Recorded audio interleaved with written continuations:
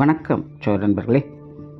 பிழைப்புக்காக எல்லா ஜீவராசிகளுமே ஏதாவது ஒரு வேலைகளை செஞ்சுட்டு தான் இருப்பாங்க. ஆனால் இந்த கால நேரம் அப்படிங்கிறது எப்பவும் ஒரே மாதிரி இருக்காது. சில கால நேரங்கள் நமக்கு வாரி கொடுக்கும், சில கால நேரங்கள் நம்ம காலை வாரி விடவும் செய்யும். ஆனால் சில கால நேரங்கள் கொக்கு மாதிரி அமைதியாக இருந்து இரையை பிடிக்கணும். அப்படி சில ராசிகள் இன்னும் சில வருஷங்களுக்கு இந்த கொக்கு மாதிரி அமைதியாக இருந்து ஜீவனம் நடத்த வேண்டிய சூழ்நிலை இருக்குது. அது என்ன எப்படி அப்படிங்கிறத பற்றி தான் இந்த வீடியோவில் பார்க்க போகிறோம். மறக்காமல் சேனலை சப்ஸ்கிரைப் பண்ணி சப்போர்ட் பண்ணுங்கள், வீடியோக்கு லைக் பண்ணி மற்றவங்களுக்கும் ஷேர் பண்ணுங்கள்.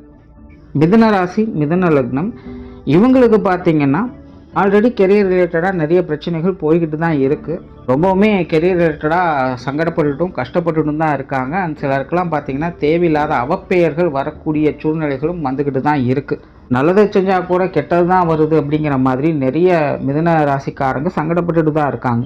நிறைய பேர் கெரியர் ரிலேட்டடாக இவங்களை ஓவர்டேக் பண்ணி போயிட்டு இருக்கிறதையும் பார்த்துக்கிட்டு இருக்காங்க.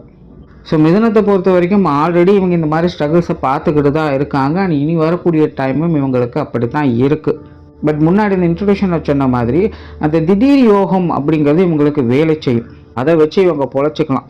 அதனால் மிதுன ராசி, மிதுன லக்னக்காரங்க இந்த குண்டு சட்டிக்குள்ளே குதிரை ஓட்டுற மாதிரி ஒரே மாதிரியான விஷயங்களை ஃபோக்கஸ் பண்ணாதீங்க. உங்களுக்கான வாய்ப்புகள் எப்படி இருக்குது அப்படிங்கிறத கிராப் பண்ண பாருங்கள், அதை பயன்படுத்திக்கோங்க. இந்த திடீர் அதிர்ஷ்டம் அப்படிங்கிறது உங்களுக்கு அப்பப்போ வேலை செஞ்சுக்கிட்டு தான் இருக்கும்.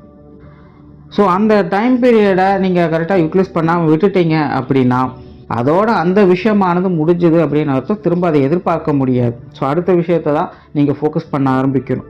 அதனால் எந்த ஒரு வேலையை செஞ்சாலும் சரி, மிதுனத்தை பொறுத்த வரைக்கும் இந்த கொக்கு மாதிரி காத்துட்டு தான் இருக்கணும் மீனை பிடிக்கிறதுக்கு.